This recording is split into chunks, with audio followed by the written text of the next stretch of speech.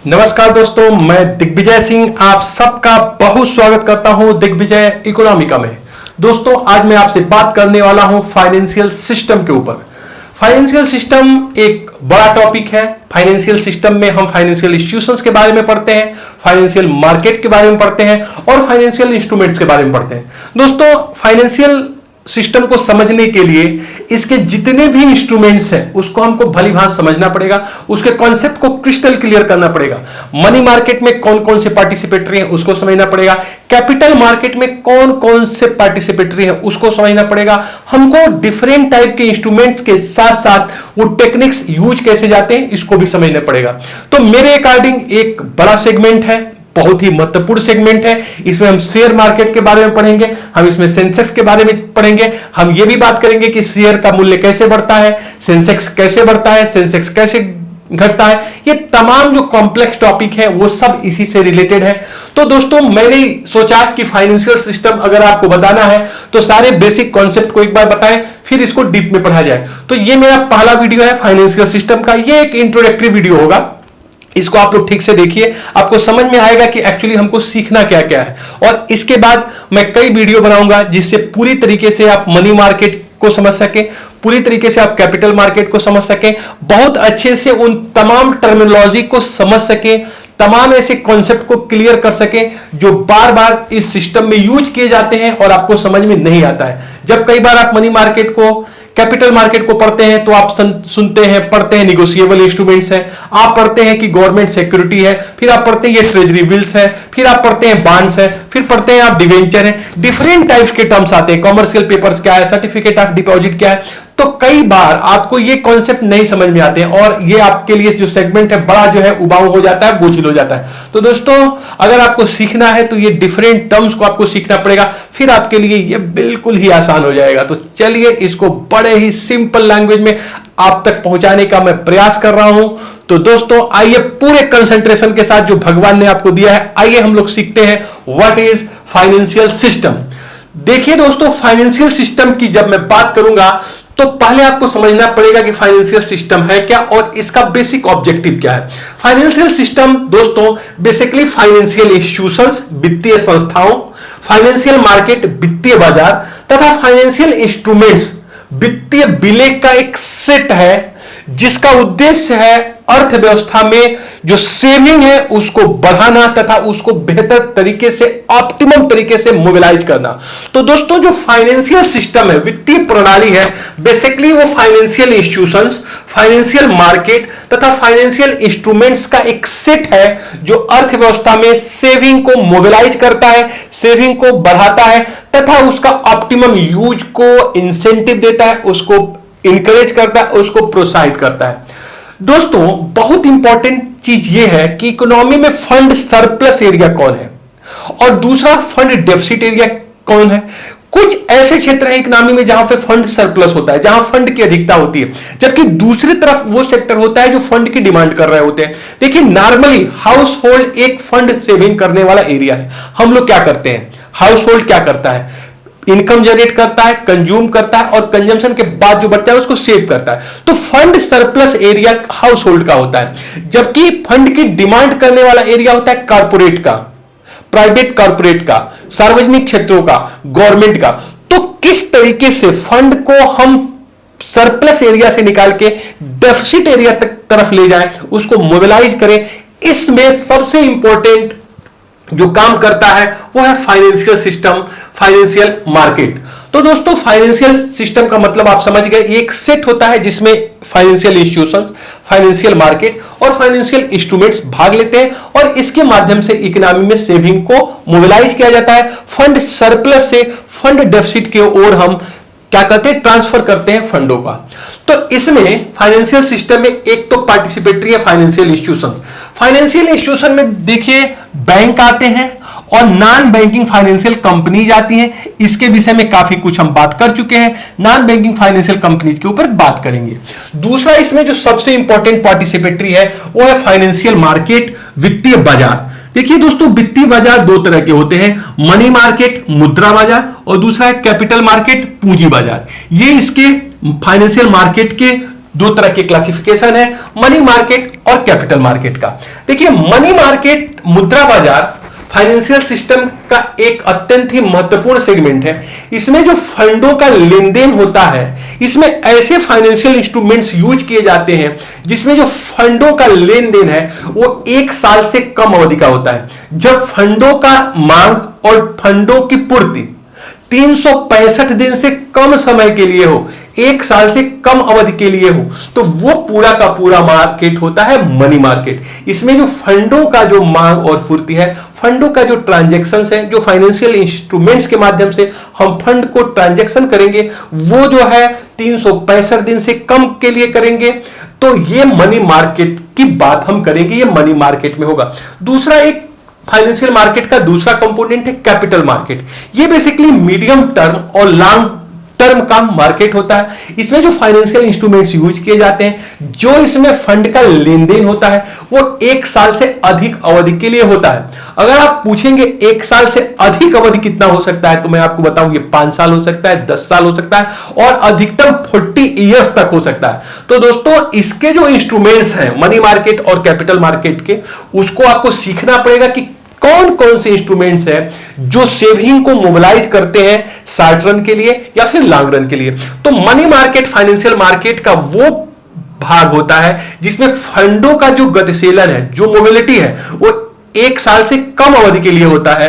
Short run इसको आप बोल सकते हो। जबकि कैपिटल मार्केट वो मार्केट है जिसमें फंड की जो मोबिलिटी है 365 दिन से अधिक अवधि के लिए होती है। इसमें हम फंडों का लेन देन जो है मीडियम टर्म और लॉन्ग रन कर रहे होते हैं। दोस्तों, फाइनेंशियल इंस्टीट्यूशन और फाइनेंशियल मार्केट का अतिरिक्त फाइनेंशियल इंस्ट्रूमेंट बहुत ज्यादा इंपॉर्टेंट है। अगर फाइनेंशियल इंस्ट्रूमेंट्स ना हो तो आप फंडों का मोबिलाइज कर ही नहीं सकते हैं। फाइनेंशियल इंस्ट्रूमेंट में हम डिफरेंट टाइप के ऐसे इंस्ट्रूमेंट्स की बात करेंगे जिसमें हम फंड को इन्वेस्टमेंट करते हैं, जिसके माध्यम को फंड को हम मोबिलाइज करते हैं। इसमें हम गवर्नमेंट सिक्योरिटी के बारे में पढ़ेंगे, हम पढ़ेंगे सरकारी प्रतिभूतियां क्या होती हैं, फिर हम इसमें पढ़ेंगे बॉन्ड क्या होता है, गवर्नमेंट का बॉन्ड क्या होता है, फिर हम पढ़ेंगे गवर्नमेंट का ट्रेजरी बिल क्या होता है, ट्रेजरी बिल के माध्यम से गवर्नमेंट कैसे फंड लेती है, क्या ये शॉर्ट रन के लिए होता है या फिर लॉन्ग रन के लिए होता है। जो गवर्नमेंट सिक्योरिटी में जो बॉन्ड्स इशू करेंगे, जिसको हम डेटेड सिक्योरिटी भी कहेंगे, वो उसकी जो है मैच्योरिटी पीरियड क्या होती है, उससे गवर्नमेंट कितने दिन के लिए फंड को ले सकती है। तो हम गवर्नमेंट सिक्योरिटी के माध्यम से, ट्रेजरी बिल के माध्यम से ये देखेंगे कि जो फंड आधिक्य वाला क्षेत्र है, जो हाउस होल्ड है, वो कैसे जो है गवर्नमेंट को फंड दे रहा है। क्योंकि देखिए, गवर्नमेंट फंड डेफिसिट वाला क्षेत्र है। गवर्नमेंट के पास जो फंड है वो हमेशा कम होगा। गवर्नमेंट को डिफरेंट टाइप के फंक्शंस करते होते हैं। आप जानते हैं इंडिया की इकोनॉमी जो है एक जो है ऐसी इकोनॉमी है जो वेलफेयर स्टेट है, जिसमें गवर्नमेंट को कई तरह के फंक्शंस करने होते हैं, तो उनको कई तरह के फंड की आवश्यकता होती है। तो ये फंड को मोबिलाइज करेगी गवर्नमेंट सिक्योरिटी ट्रेजरी बिल के माध्यम से। तो पूरा का पूरा इसमें हम लोग क्लासिफिकेशन करेंगे और बहुत अच्छे से सीखेंगे what is government security, what is treasury bill, what is government bond, what is dated security, इसके विषय में बात करेंगे। फिर जो है फाइनेंशियल इंस्ट्रूमेंट में कॉमर्शियल पेपर आता है। कॉमर्शियल पेपर के माध्यम से हम देखेंगे कि किस तरीके से फंड का जो मोबिलाइजेशन जो है पब्लिक से किस तरह से कॉर्पोरेट की तरफ होता है। ओके, तो कॉमर्शियल पेपर के बारे में बात करेंगे। इसी तरह हम लोग सर्टिफिकेट ऑफ डिपॉजिट की बात करेंगे कि किस तरीके से जो फंड सरप्लस एरिया है उससे जो है बैंकों की तरफ फंड का जो मोबिलाइजेशन हो सकता है सर्टिफिकेट ऑफ डिपॉजिट की तरह से। इसी तरीके से हम बिल ऑफ एक्सचेंज के बारे में बात करेंगे कि बिल ऑफ एक्सचेंज क्या है। देखिए, जब हम इन चीजों को पढ़ रहे होंगे फाइनेंशियल इंस्ट्रूमेंट्स को, तो कई तरह के टेक्निकल टर्म्स यूज आएंगे। जैसे आपके लिए शब्द यूज आएगा प्रोमिसरी नोट्स, आपके लिए शब्द बार बार यूज आएगा नेगोशिएबल इंस्ट्रूमेंट्स। प्रोमिसरी नोट्स क्या होता है, नेगोशिएबल इंस्ट्रूमेंट्स क्या होता है, प्राइमरी डीलर्स क्या होते हैं, ये तमाम तरह के टेक्निकल इश्यूज आपके साथ आने वाली है। इसलिए मैं पूरा का प्रयास करूंगा कि इस सेगमेंट को पूरा करने के पहले मैं आपको ये डिफरेंट छोटे छोटे कॉन्सेप्ट के ऊपर बात कर लूं, ताकि ये कॉन्सेप्ट आपको बिल्कुल क्रिस्टल क्लियर हो सके। तो आने वाले टाइम में जब मैं वीडियो बनाऊंगा तो सारे के ऊपर, गवर्नमेंट सिक्योरिटीज के ऊपर एक वीडियो डाल दूंगा 10 मिनट का, ट्रेजरी बिल के ऊपर 10 मिनट का वीडियो डाल दूंगा, कमर्शियल पेपर के ऊपर डाल दूंगा, सर्टिफिकेट ऑफ डिपॉजिट के ऊपर डाल दूंगा, बिल ऑफ एक्सचेंज के ऊपर डाल दूंगा, बॉन्ड क्या होता है, शेयर क्या होता है, डिवेंचर क्या होता है, इन सब के ऊपर एक वीडियो में डाल दूंगा, ताकि आपको क्रिस्टल क्लियर कॉन्सेप्ट हो सके और वो जो टेक्निकल टर्म्स जो आपको परेशान करते हैं वो आपको बिल्कुल बिल्कुल परेशान न कर पाए। तो देखिए दोस्तों, फाइनेंशियल सिस्टम जो काम करेगा, फंडों का मोबिलाइजेशन सरप्लस से डेफिसिट की ओर लेके जाएगा, उसमें इंस्टीट्यूशंस के माध्यम से या तो इंस्टीट्यूशंस, फाइनेंशियल मार्केट और फाइनेंशियल इंस्ट्रूमेंट्स के माध्यम से होगा। लेकिन इसमें सबसे इंपॉर्टेंट जो कड़ी है वो है फाइनेंशियल मार्केट का, वित्तीय बाजारों का। मैंने कहा कि फाइनेंशियल मार्केट मनी मार्केट और कैपिटल मार्केट में बटे हुए हैं। मनी मार्केट में मैंने कहा जो फंड का मोबिलाइजेशन होगा, फंड का डिमांड और फंड की सप्लाई होगी, वो शॉर्ट रन की होगी। और शॉर्ट रन का मतलब यहां पे अल्पकाल का यहां मतलब है 1 साल से कम अवधि के लिए यहां पे फंड का जो है लेन देन होगा। जबकि दीर्घकाल में, मीडियम टर्म में और लॉन्ग टर्म में जो फंड का लेन देन होगा वो कैपिटल मार्केट में होगा। कैपिटल मार्केट में ही हम लोग शेयर मार्केट को पढ़ेंगे, इसी में हम सेंसेक्स की बात करेंगे, उसी में हम निफ्टी की बात करेंगे, उसी में हम शेयर बांड डिवेंचर के विषय में अंतर बताएंगे। तो वो उसमें आपको नेक्स्ट वीडियो में मिलेगी। आज थोड़ा सा हम बात कर ले मनी मार्केट के ऊपर। देखिए, भारत में जो मनी मार्केट है वो ऐसा मार्केट है जिसमें हम 1 साल से कम अवधि के लिए फंड की ट्रांजैक्शन की बात करते हैं। भारत में जो मनी मार्केट है वो 2 भागों में बटा हुआ है, ऑर्गेनाइज्ड मनी मार्केट और unorganised money market. Organised money market का मतलब है, संगठित मुद्रा बाजार का मतलब है ऐसा बाजार जो आरबीआई के कंट्रोल में रहे, उसके नियमन और नियंत्रण में रहे। ऑर्गेनाइज्ड मनी मार्केट, संगठित मुद्रा बाजार, वो मुद्रा बाजार का भाग है जो आरबीआई के रेगुलेशन में है, उसके ऊपर आरबीआई का कंट्रोल है। आरबीआई उसको नियमन कर सकता है, उसको नियंत्रित कर सकता है, डिफरेंट टाइप के सर्कुलर के माध्यम से, डिफरेंट टाइप के नियमों के माध्यम से इसको संचालित कर सकता है, ऑपरेट कर सकता है। एक्चुअली आरबीआई मनी मार्केट के माध्यम से ही, ऑर्गेनाइज्ड मार्केट के माध्यम से ही इकोनॉमी में फंड की जो मनी सप्लाई है उसको बढ़ाता है, फंड या लिक्विडिटी को बढ़ा सकता है, फंड या लिक्विडिटी को घटा सकता है, फंड की कास्ट को घटा सकता है, उसके अवेलेबिलिटी को बढ़ा सकता है। तो organised money market is so most important segment of money market. इसी के माध्यम से आरबीआई इकोनॉमी में लिक्विडिटी को इंजेक्ट करेगा, लिक्विडिटी को विड्रॉ करेगा, लिक्विडिटी को घटाएगा, बढ़ाएगा, उसके कास्ट को घटाएगा, बढ़ाएगा। तो आरबीआई ऑर्गेनाइज्ड मार्केट के शीर्ष पे है। संगठित मुद्रा बाजार का एक एपेक्स इंस्टीट्यूशन आरबीआई है और आरबीआई ये पूरे मनी मार्केट को संचालित करता है, ऑपरेट करता है, नियंत्रित करता है। और इसमें पार्टिसिपेटरी होते हैं कॉमर्शियल बैंक और कोऑपरेटिव बैंक। जितने भी वाणिज्यिक बैंक हैं, जितने भी कोऑपरेटिव बैंक हैं, वो इसके माध्यम से ही नियंत्रित होते हैं। और इकोनॉमी में जो फंड की लिक्विडिटी की बढ़ाना, घटाना, कास्ट को घटाना, बढ़ाने की बात है, वो आरबीआई जो है ऑर्गेनाइज्ड मनी मार्केट के साथ करता है। बट इंडिया में अभी भी एक अनऑर्गेनाइज्ड मनी मार्केट भी है। इंडिया में अभी भी एक अनऑर्गेनाइज्ड मनी मार्केट भी है। ये ऐसा मार्केट है जिस पे आरबीआई का किसी तरह का कंट्रोल नहीं है। आरबीआई अनऑर्गेनाइज्ड मनी मार्केट को कंट्रोल नहीं कर पाता है, ये उसके नियंत्रण में नहीं है। इसको हम आरबीआई के एक पेरिफेरी से बाहर मान सकते हैं। इसको आप देसी बैंकर्स और ग्रामीण साहूकार के नाम से जानते हैं। अभी भी देखिए, भारत में इतना डेवलपमेंट हुआ है, मोदी जी का बहुत ज्यादा प्रयास है कि भारत में इंक्लूसिव ग्रोथ तभी होगा जब फाइनेंशियल इंक्लूजन होगा। जब तक ऑर्गेनाइज सेक्टर जन जन तक न पहुंचे तब तक इकोनॉमी में कभी भी इंक्लूसिव ग्रोथ हो ही नहीं सकता। इंक्लूसिव ग्रोथ के लिए बहुत ज्यादा इंपॉर्टेंट है कि फाइनेंशियल इंक्लूजन हो, जो बैंक है वो बिल्कुल डिप्रिव्ड सोसाइटी तक, सबसे निचले स्तर तक पहुंचे, एक एक लोग तक, रिमोट एरिया तक पहुंचे। लेकिन इसके बावजूद भी भारत में एक अनऑर्गेनाइज्ड मनी मार्केट है जो आरबीआई के कंट्रोल से, नियंत्रण से बाहर है। इसको आप देसी बैंकर्स और ग्रामीण साहूकार के नाम से जानते हैं। देसी बैंकर्स आप जानते होंगे, यूपी में इसको साहूकार कहते हैं, पंजाब में इसको महाजन कहते हैं, इसको मद्रास में चिट्टी कहते हैं। ओके ना। और ग्रामीण साहूकारों के बारे में आपने जाना ही होगा। बेसिकली ये लोग ऐसे हैं जो जब लोन देते हैं तो बिना किसी सिक्योरिटी के देते हैं, कई बार सिक्योरिटी पे भी लोन देते हैं, लेकिन इनका जो रेट ऑफ इंटरेस्ट होता है वो बहुत ही हाई होता है। और ये डिपेंड करता है कि किस काम के लिए आप लोन ले रहे हैं। अगर आप विदेश जाने के लिए लोन मांग रहे हैं तो ये लोग बहुत ज्यादा लेते हैं। अगर गवर्नमेंट आप के जो फाइनेंशियल इंस्टीट्यूशन है आपको 9%, 10% पे ये लोन प्रोवाइड कर रहे हैं, तो ये देसी जो बैंकर्स हैं, चिट्टी है, साहूकार है, ये हो सके आपको मंथली 10% के इंटरेस्ट ले ले।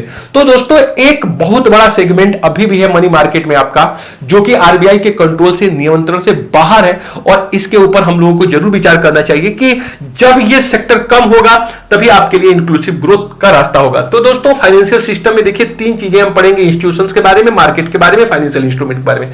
इसके पहले जो हम लोगों ने बात किया है, काफी हद तक हमने फाइनेंशियल इंस्टीट्यूशंस के बारे में बात कर लिया। हमने काफी बात यह कर लिया कि आरबीआई किस तरीके से मनी मार्केट में लिक्विडिटी को एब्जॉर्ब करता है, किस तरह लिक्विडिटी को विड्रॉ करता है, किस तरीके से रिपो एक्टिविटीज करता है, ये तमाम ऐसी चीजें ऑर्गेनाइज मनी मार्केट में किस तरह मनी का फ्लो होगा, किस तरह से मनी को उससे विड्रॉल करेगा, ये पूरी बातें हम कर चुके हैं। तो हमारे पास जो बात करना है बेसिकली हम बात करेंगे कि मनी मार्केट के कौन कौन से सब मार्केट है, जिसमें हम लोगों को ट्रेजरी बिल मार्केट पढ़ना पड़ेगा, कॉल या नोटिस मनी मार्केट पढ़ना पड़ेगा, ओके ना, कमर्शियल पेपर मार्केट पढ़ना पड़ेगा। तो ये हम मनी मार्केट के सेगमेंट के विषय में बात करेंगे, जितने भी कॉन्सेप्टुअल जो कॉन्सेप्ट आएंगे उस पर बात करेंगे, और फिर हम कैपिटल मार्केट के ऊपर बात करेंगे। तो कुछ वीडियोज इसके ऊपर आएगा और आपको बिल्कुल क्रिस्टल क्लियर हो जाएगा कि आपको किस तरीके से इसको सीखना है। तो दोस्तों पूरे कंसंट्रेशन के साथ हार मत मानिए, लगे रहिए, आप उच्च लक्ष्य तक जरूर पहुंचेंगे जिसके लिए आप लोग इतनी प्रयास कर रहे हैं। तो thank you so much for watching Digvijay Economica. God bless you.